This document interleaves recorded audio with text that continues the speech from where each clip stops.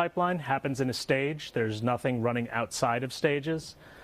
This will work better with visualization, including the existing stage view plugin and the in beta for a little bit longer Blue Ocean UI for Jenkins. It's easier to look at any declarative pipeline and understand what it's doing than it is with a structured pipeline. Just as looking at any kind of configuration file is easier than looking at an arbitrary bash script because it's following certain rules. It's more like configuration. The structure also enables round tripping with the visual editor, which has got a beta coming out on Monday. More detail on that later. And the whole thing has been built with and for Blue Ocean visualization. So we've got markings in Blue Ocean for stages that are skipped due to a failure in an earlier stage, for stages that are skipped because you've decided to conditionally not execute it. So we've got a predictable execution model and better visualization of that execution model. Now, the error reporting, which is one of the things I have had the most fun working on. One of the biggest frustrations I've had with Pipeline is running an hour-long build and then discovering 55 minutes into it that I have a typo in a variable name or a parameter name, and the whole thing barfs out. There's no way for me to know ahead of time without executing it whether I actually have the right syntax, have the right parameter types, etc. Declarative does syntax and validation checking before actually executing the build. It's at the very, very beginning of the build. It goes through, make sure the syntax looks right, make sure that we've got the right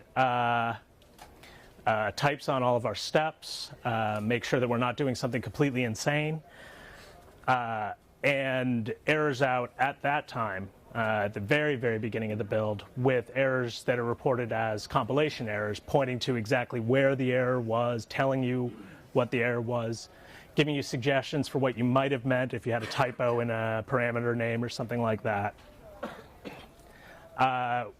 And through this, we're able to eliminate many of the potentially confusing stack traces that Pipeline can give you when things go wrong.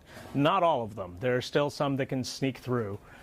But I think a lot of the most commonly encountered and mystifying stack traces now instead will give you a clear error message about what's wrong in your definition of your pipeline, rather than, again, waiting until the end of the build and saying, oh yeah, something went wrong. And yeah, we validate syntax, we make sure we've got required configuration, we make sure step parameter types match up, and more. So an important thing to touch on with declarative pipeline is what this means for scripted pipeline. In practice, it doesn't mean anything. Both still exist.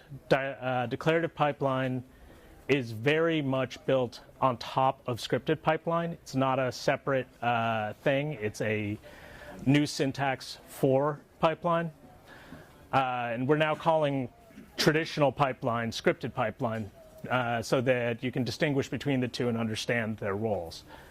The visualizations like Blue Ocean and Stage View don't see any difference between a run of a declarative pipeline versus a run of a scripted pipeline, because they're all still just generating stages and running steps within stages. So it's not a different thing. It's still the same execution engine. It's a different way to use that execution engine. And scripted pipeline is still used inside declarative pipeline. All of your step invocations, you're still using those. There's still escape hatches where you can use the full set of scripted pipeline syntax without validation. And you can always copy your steps and contents from a declarative stage into a scripted pipeline, and they'll work just fine. It's a subset of the scripted pipeline syntax. So declarative isn't meant to cover absolutely every use case that scripted pipeline does. It's meant to cover a lot of them, the ones that are fairly standard, that are fairly predictable, fairly consistent. And when you need to go beyond that, when you've got more complex logic, or you just can't quite fit it in declarative, that's when you move on to scripted. So why did we write declarative pipelines? So first of all, we've got the reasons why we think everyone should be using pipeline. It's the future of Jenkins. It's also the present of Jenkins now. Pipeline gives you durability so that your builds can continue despite a master restart or a disconnect between the agent and the master. Gives you pipeline as code, the Jenkins file, the ability to have your Jenkins build definition checked into source control, versioned in source control alongside the rest of your code. Pipeline has a much more modern backend implementation in the Jenkins internals than the traditional freestyle builds do, which gives us a lot more potential for improvements and optimizations going forward. And Pipeline is more powerful and it's more flexible than traditional Jenkins jobs.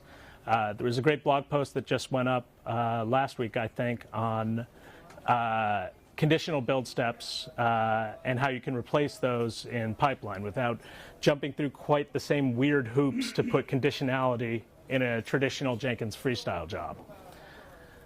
So the way we see declarative, the reasons for declarative is we want to have benefits for both new users of Pipeline and existing users of Pipeline. I'm going to touch on the new user reasons first, and I think these don't just apply to new users, but they're particularly relevant there. Declarative has a lower barrier of entry than scripted pipelines. It's not just throwing you at a blank text editor and saying, here, write a Groovy script to run my build. It has a, sorry? Oh, okay. It has a predictable, well-defined, and documented syntax that can tell you what you need to do, how to do it, etc. And as I mentioned, there's the upcoming UI editor so that you'll be able to actually go to Jenkins, write your job through the editor. It'll save down into a Jenkins file and round trip, etc., so that you can get started without having to even touch the Jenkins file by hand. We're not quite there yet with the editor, but we will be soon.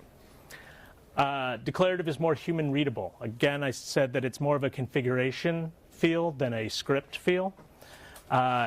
And while not saying configuration files are necessarily easy to read, they tend to be easier to read than scripts. Declarative does not require Groovy-specific expertise. Now, I don't think that scripted pipeline necessarily requires a lot of Groovy-specific expertise either, but it can feel that way, and when you get into more complicated things, it can be that way. So we wanted to make sure people didn't get intimidated by having to think they need to learn a new language or write scripts in something they're not comfortable with just to run their build. So we think that declarative is a better experience for someone who's just getting started with pipelines and for someone who's not writing a ton of them, or it's just part of their job. And, well, we hope that people will find that to be the case. Now, while declarative is in large part directed at the kind of newer or more casual users, we do think it will be really useful for the more advanced or existing users. Since declarative is using the same engine as scripted, your existing investments in shared libraries and the like still apply. There's not a case where you have to start over and learn a completely new thing. You don't have to throw out all the work you've done just to switch over to using declarative. And by expanding the usage and usability, we're putting less burden on the Jenkins domain experts in a shop. It's not like, we want to make it so that you don't end up having to have one or two people who are the people who know how to write Jenkins jobs, and so everybody else has to go through them to write a Jenkins job. So it should hopefully lower the burden on the experts and empower everybody else more. again, since we're moving to this more configuration syntax, we think that that's going to make collaboration and code review easier. One thing, the error reporting I mentioned doesn't just work at the, isn't just available at the beginning of the build. There's also a CLI command and more to come to run that linting or validation against a Jenkins file without even having to run a build. So you can get a faster feedback loop on whether you've actually written a valid Jenkins file. And we also think there's a real value in separation of the Jenkins infrastructure related configuration, like what are my agent names, like what tools do I need installed, from the step execution, so that you don't have the configuration interwoven with the build steps, so that you can more easily see, oh, this is the stuff that I need to change when I'm copying it over to a new master, or I can go, as an admin, go change the label everywhere, but I don't have to worry about, oh, but somewhere deep in the steps of this one build, maybe they do something different with it. We think that separation is going to lead to easier maintainability and easier scaling.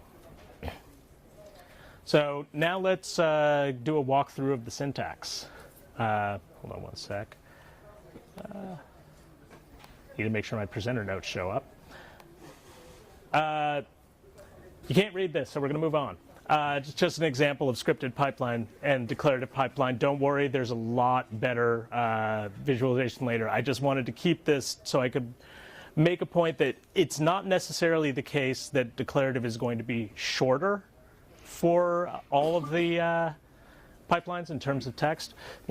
The scripted pipeline is shorter than the declarative pipeline. Declarative pipeline is a little verbose at times because we believe that the verbosity provides more information, makes it easier to understand and use, and thought that the problem is not necessarily that the pipeline could get too long, it's that the pipeline could get too confusing. So now we'll actually start looking at the syntax. I will find some way to get links to the examples I've got here, but for now, so the first thing that's relevant is that right there, the pipeline block. Everything in declarative goes within a block called pipeline. And if it's not in there, declarative doesn't care about it. So we've got our own syntax within that that's not executed exactly the same way as scripted pipeline. Then the first thing we've got after that is declaring the agent that our job is going to run on. And here we're saying that we want to run in a Docker container. We give the image name, and declarative will automatically say, okay, they didn't say what label they want to run on, they can run anywhere. And you can specify the label, but you don't have to. And it will fetch the container image, it will run the container, and it will run the rest of the build within that container. So it's a simpler way to be able to specify the configuration for your agents, and can be overridden per stage, not just at the top level. There's other options for agent besides just Docker, obviously. There's label, there's Docker file, in which case it builds a Docker file from your repository and runs inside the resulting container. And there's also some magic shortcuts for saying don't run on any agent for some weird edge cases, or run on any agent. But in general, I think that you'll figure that out. And plus, we've got docs. Options contains a few different things at the back end, but what you could think about it as for options for your pipeline that would apply across your entire pipeline. So here we're setting the build discarder job property to make sure that after when we run our 6th build, the first build gets deleted, etc. And timeout here is the timeout step that wraps the entire build. And if the build takes more than 30 minutes, it will get killed and reported as having timed out. So when we need to do things that are not just applying to a part of the build, but for everything, those show up in options. Parameters are traditional job parameters. We've pulled them into their own section here so that it's a little more clear than the way it is in scripted pipeline. So string, Boolean, param, various things. Don't think we need to go into a lot of detail there. The one thing worth noting is that in current versions of Jenkins from 2.17 onward, there's a params variable in your scripted pipelines or declarative pipelines that will use the default value if you haven't already specified the parameters, so you don't have to run the build once and then run it again to make sure it doesn't error out. You still just get the default value on that first run, but at least it doesn't error, so that's something nice. The next key part, and probably, I mean, the bulk of declarative, is stages. You put all of your stages inside the stages block. It's at least one and as many more as you want. Each stage takes a name, and then it can take some configuration that we'll take a look at later, and then a block of steps to execute. And so each of these chunks of steps are executed in that stage. They'll show up in the visualization in Blue Ocean, so you can see how long that particular chunk took, what the results were from that particular stage. Organization is a good thing. Having a better sense of the individual parts of your build is a good thing, and so we're enforcing that by requiring that everything be in a stage. I mentioned that try-catch isn't needed to make sure you send an email at the end of the build. That's another thing that really annoyed me about scripted pipeline, is that if your build fails because a command fails or anything really, unless you've wrapped that failure, the section of code that could fail with a try-catch or pipeline's own catch error step, the build will just stop when it gets to the error, and we'll never actually clean up afterwards or send an email to let you know it broke, etc. So we have the post section. Now, the post section actually is available both for the entire build and for individual stages. It checks to see whether the current build status matches a condition. So always, meaning it always runs regardless of what the build status is. And then we've also got success, unstable, failure. There's also changed in case the build status is changed from the previous build. And this is an extension point, so we can add more conditions going forward. So no matter what, when the build ends, we're going to gather the JUnit tests, JUnit test results, and report on them. If the build's successful, we'll get an email saying, hey, the build succeeded. Unstable, we'll be notified there's test failures, failure, that there's build failures. Now, this is a fairly simplistic example, but here we've attached this just to this specific stage. So we're going to get these emails based on the results of this one stage, not necessarily the whole build. So you may not be wanting to necessarily send emails at the result of one stage, but you may want to, again, check for archive unit test results, even if the build failed, like on a find bugs check that comes after the unit test run or something like that. You may need to do cleanup if you're running a more complicated integration test or something like that, where you want to make sure the machine gets back into a pristine state before you run the next build. Now we have another stage here that has the when condition. When is evaluated to determine whether we're going to execute the stage. The example I have here is using one of the built-in conditions. We're adding more there as well. The built-in condition here is branch. If the branch that we're on currently matches the pattern that we've given it, in this case master, then we're going to publish our artifacts to S3. If we're on a pull request branch or a feature branch or something like that, well, we're not deploying it, we're not going live with it, so we're not going to publish to S3. So we've got that conditionality that in what I think is an easier way than we've had previously. There's also one that a condition that looks to see whether an environment variable is set to a specific value, and one that allows you to write a pipeline expression that should return a Boolean, ideally, so you can do more complicated logic for your when check. Is it noon? Is it afternoon? Or is it the morning? For some reason, you might actually care about that. And then here we've got a step invocation using the kind of ugly metastep syntax I just wanted to show that that actually can be done, that you're not just limited to the more aesthetically pleasing and simple steps, the legacy older steps that haven't updated to have the better syntax throughout all of pipeline can still be used within declarative. Now we've got our final stage, which also is only running when we're on master. And in this case, we're using something that's coming from a shared library to show. I mean, there is no actual step called with tower. That's somebody wrote for an example.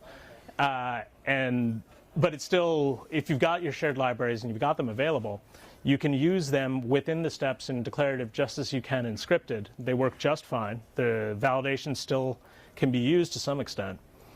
And you can nest steps when you've got block scope steps that say, okay, everything within this block runs with access to tower and with the credentials for tower.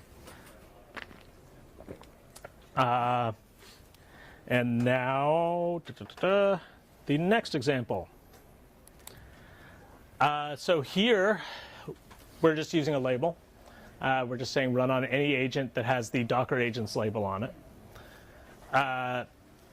We're taking advantage of a nifty trick with the environment section where you can set environment variables that'll be available throughout the build. But what we're doing here is using a special function that's available in declarative to take the ID of credentials that you've configured in Jenkins and automatically put them into an environment variable that you can then use later on. So this is a shortcut to make sure you don't have to jump through as many hoops using the with credentials step to make those environment variables populated so you can actually have access to your credentials throughout the build. Another section we've got here, or directive we've got here, is the tools directive. This, if you've used Maven or JDKs or NPM or a number of other tools in Jenkins, you may have encountered that they can auto-install onto, if you've configured them on the master, you can auto-install them on the agents. You don't have to make sure they're already installed, etc. And what we have here is a nice, simple syntax for making sure that those tools get installed onto the agent before we run. Saying, give me a Maven tool with this configured version, give me a JDK tool with this configured version. An important thing to note here is that the tools syntax, the tools directive and tools installer doesn't actually work on Docker containers. I'm working on that. That's a limitation in pipeline in general, and I am working on that. But if you're running on just straight agents, this will work for you out of the box. Yeah, this one's just a simple stage, but I wanted to have an example that actually seemed kind of realistic, so I wanted to make sure that I was actually running steps. And here we're running 2 steps. You can run as many steps as you want. I have a tendency to have my examples tend to be just 1 step, so I wanted to make sure that I showed, yes, you can do more than 1 step. I know that may have been obvious, but I was afraid it wouldn't be. Next step, tests. So here we're showing per stage configuration, and specifically per stage configuration of agent.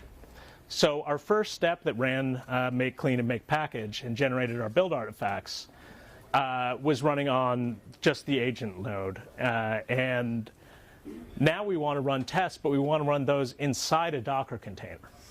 So we've specified the image that we're going to build in, and we've specified reuse node true. What that means is that this stage's agent will run on the same agent that the previous stage ran on. We'll have access to the workspace and the checkout and the artifacts we already built. So we don't have to worry about copying them around, etc. Everything's already available. So that we would then run our shell step to actually do the deploy using that environment variable that we defined before with the credentials. It's got access to the artifacts and has everything it needs to deploy without having to worry about stashing them between stages, etc. The reuse node field doesn't mean anything at the top level because there's no previous node to use, but it's a handy trick for Docker and Dockerfile so that you don't have to check things out twice. You don't have to build things twice. You don't have to copy your artifacts around. And so those are the two examples. Let's talk a little bit about the validation. Like I said, this is my baby, and this is my favorite part because I've gotten so annoyed at error reporting in scripted pipelines and in the lack of easy visibility into what I did wrong, because I do a lot wrong. The first thing is, as I said, it always happens at the beginning of a pipeline build. When your declarative pipeline build starts, it compiles and validates and makes sure that your syntax is actually right. And not just in the sense that the Groovy script can compile, because getting a compilable Groovy script is not very hard. You can have very broken Groovy that can still compile. But once we're in that phase, we start doing the validation. We look to see, okay, if you've got, did you have a stage? Because if you don't have a stage, what's the point? We're going to error out on you. Did you supply an agent name, an agent type that's actually existing and that's available on this master? Because if you try to do agent banana, there's no agent implementation for banana. It doesn't know what that is. It should tell you that ahead of time and say, well, did you mean one of these? And it will. And it'll do the same thing for parameters. If you give it an agent the wrong parameter, if you give a step the wrong parameter that doesn't exist, or you have the wrong type, it's going to tell you that so that you can know ahead of time, oh, right, that's what I need to go fix. And the errors point to the problem areas with line and column number, with what I hope is a useful and internationalized, though not yet localized, error message, hopefully with suggestions to point you in the right direction. So my apologies for this text size, but you know. So here I got an error saying invalid parameter uint, did you mean unit? Because I did the timeout step and I got time right. That's an existing thing. 15 is the right type. Uint, minutes. Wait, no, uint, no, I meant unit. Okay, so it's telling me what I did wrong, where I did wrong, and giving me an idea of how to make it right. Next here, I'm calling the sleep step, but instead of giving it a number, I'm giving it a string, and that's not a valid parameter type. You can't really tell something to sleep for, quote, 10 minutes, unquote. And so it's telling me that it was expecting an int, but it got 10 minutes. So you might want to change that. And when I've got an empty stage that doesn't have any steps in it, it's reporting that there's nothing to execute within that stage and saying that doesn't fit into the syntax, that's not allowed. You've got to actually have something to do in a stage. And so it's giving me a useful error message, pointing at what went wrong, giving me the line and column information, same as you'd get from a compilation error. I think that's really useful.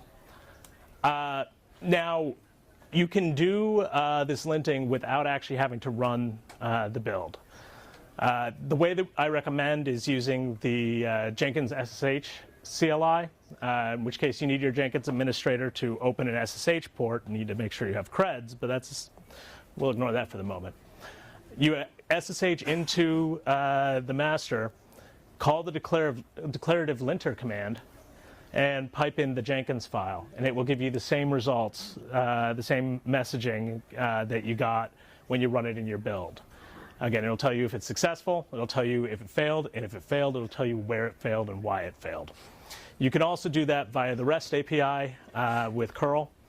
The curl command is a little ugly because I made sure we're actually using Jenkins crumbs, because you really should have crumb protection enabled so on your master. It's a good security tip. And we've got plans for, I'm sorry, yes?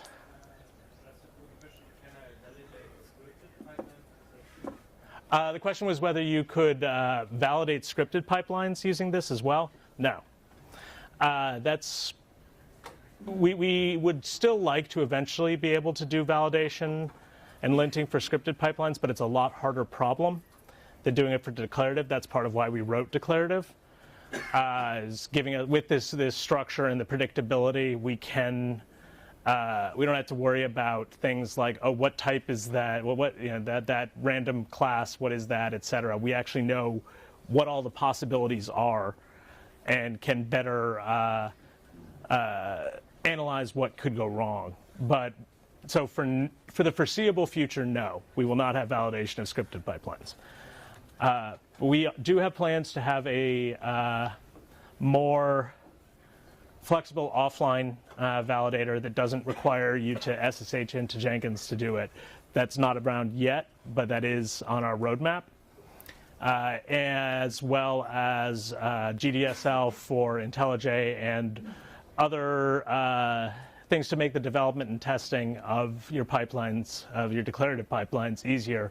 We'll see where that goes, and like I've said, this is just 1.0, so we'll see where we end up taking things further. I just want to mainly focus on what we've already got for you. Who here's heard of Blue Ocean? If you haven't, you should check it out. It's like pretty, especially by Jenkins standards. I mean, by Jenkins standards, it's gorgeous. I say this as somebody who loves the traditional Jenkins UI because I've lived in it for 9 years, but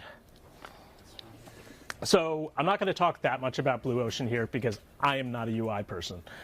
But I did want to just mention a couple things that are declarative specific in Blue Ocean, or related to declarative in Blue Ocean.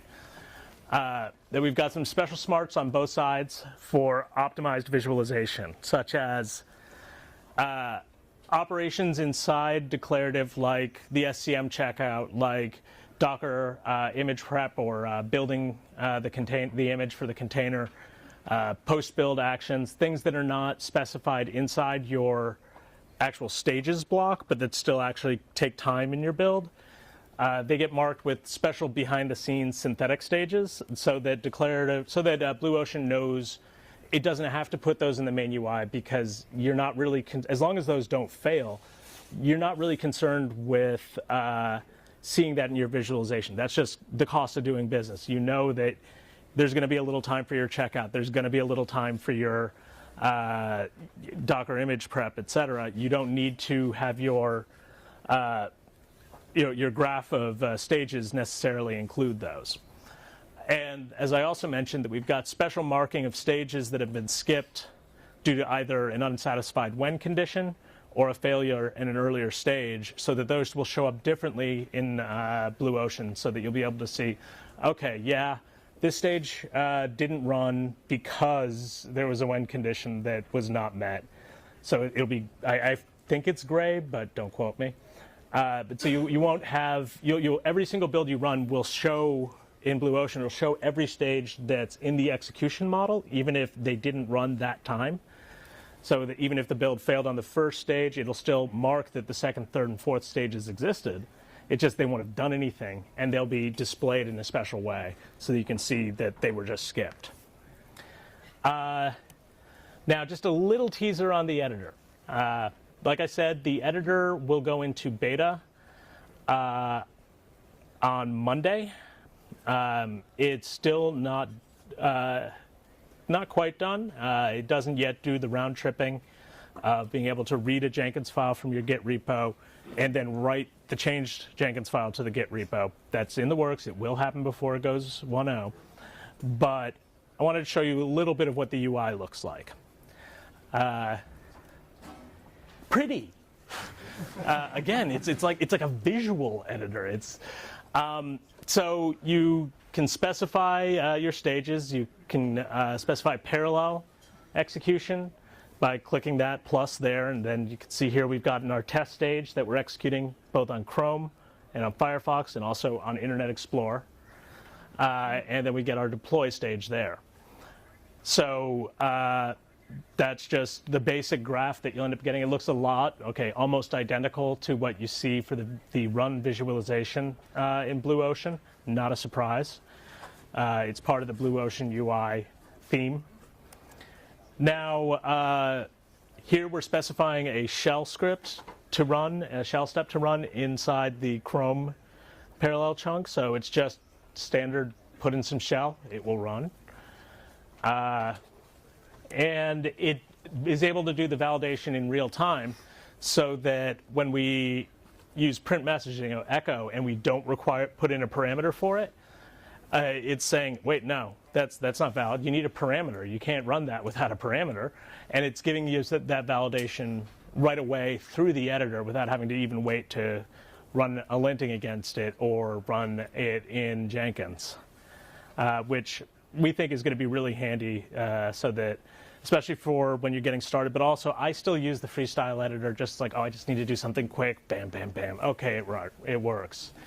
And again, we've been designing Declarative with the editor in mind since day zero.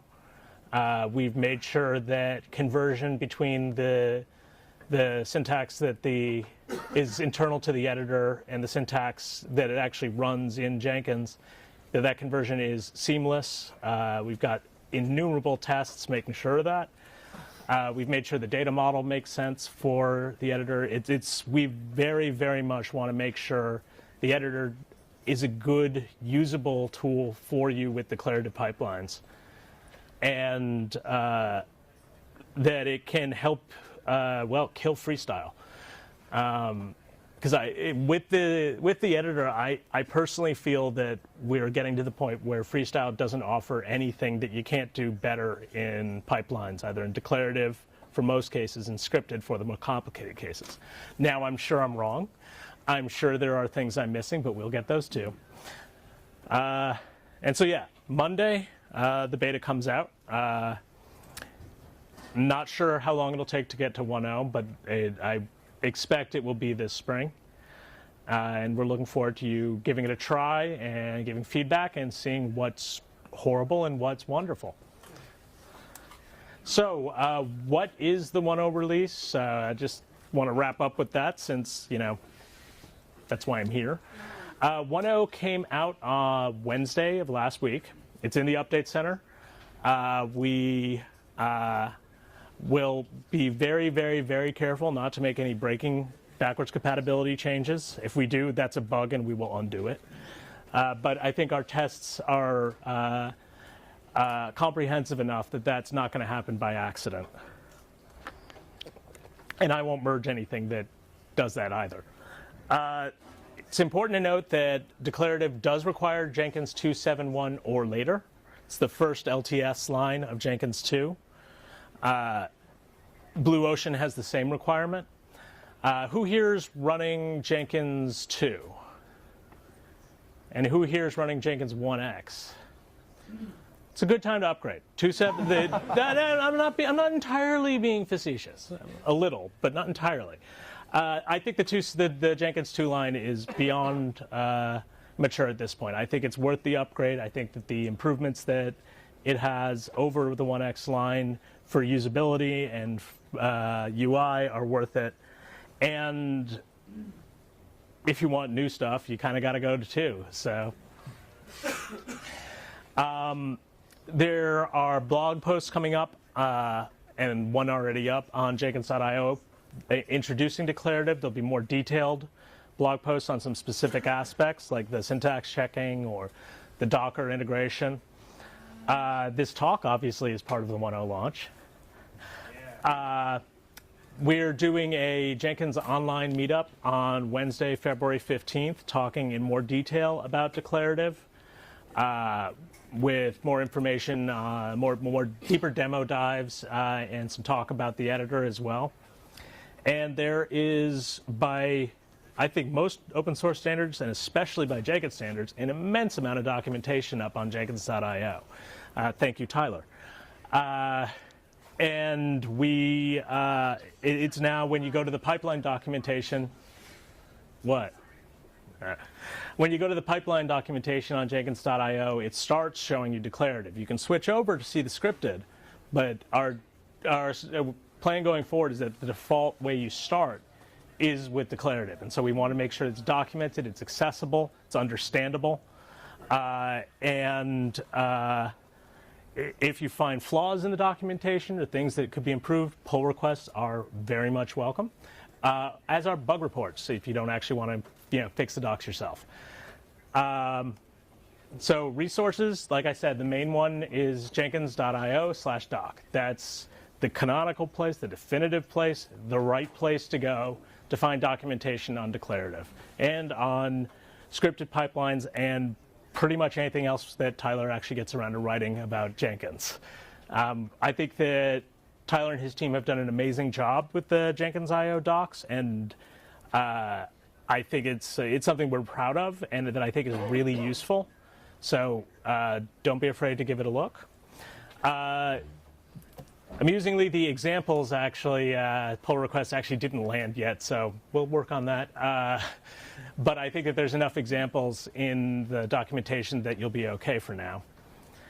And if you really are curious, you can find the source for the plugin on GitHub, and pipeline model definition plugin. Don't ask about the name. You never have to think about that. If you're on Jenkins 2.7.1 or later, if you just update the pipeline aggregator that pulls in all the other plugins, this gets pulled in with it. So you don't have to jump through hoops to install it. But in case you wanted to see the source, I always feel the need to link it. And we have reference cards. Has anybody already picked up a reference card from the Jenkins booth? All right, well, I've got some more up here. And they're also available online, and we're pretty happy with them. And yeah, printed material. And that's pretty much it. So we got about 4 minutes for questions. So does anybody have any questions? Yes? Do you plan to support any stages in parallel, because you would like to have the Docker agents and all that stuff, but currently you can do that with Declarative in parallel? The question was, do we have plans to support stages in parallel? So right now, you can use parallel, but it doesn't. But then you have to specify your nodes, etc. Within that. It's ugly. It's a little awkward. So the answer to your question is yes. I have a pending post 1.0 work in progress pull request doing exactly that, to give you the ability to say, here's a bunch of stages to run in parallel. We're still working on exactly what the syntax will be, exactly how the execution works, but parallel stage execution will be within the next 6 weeks or so, would be my guess. We consider that a requirement. There are some things that Blue Ocean needs to do for better visualization of that, so I need to bug them. But we consider that a requirement. We wanted to have that for 1.0, but we wanted to make sure that we focused on getting what we had really solid before adding that feature. But it will be there soon, I promise. Yes? On my stage, declare in the runtime the next stage that will run and the steps of it. So the question was, can one stage declare what is going to run, which stage is going to run next, and what steps are going to run in that stage? So the stage execution order is the lexical order. It's the order that it's specified in the Jenkins file. I have played around with being able to say, this stage can't run until these other stages are done, or this stage, when this stage finishes, this other stage kicks off, but I'm not sure if I'm going to be able to find a good syntax for that actually makes sense. So for now, it's just what's next in line, but we'll see. That's an area I'm definitely interested in, creating more of an execution dependency graph, but I need to figure out what the right way to do that is, and if I can't find the right way, I'm not going to do it. We're not going to. It's really important to us that declarative continue to make sense and provide the both simplicity and power.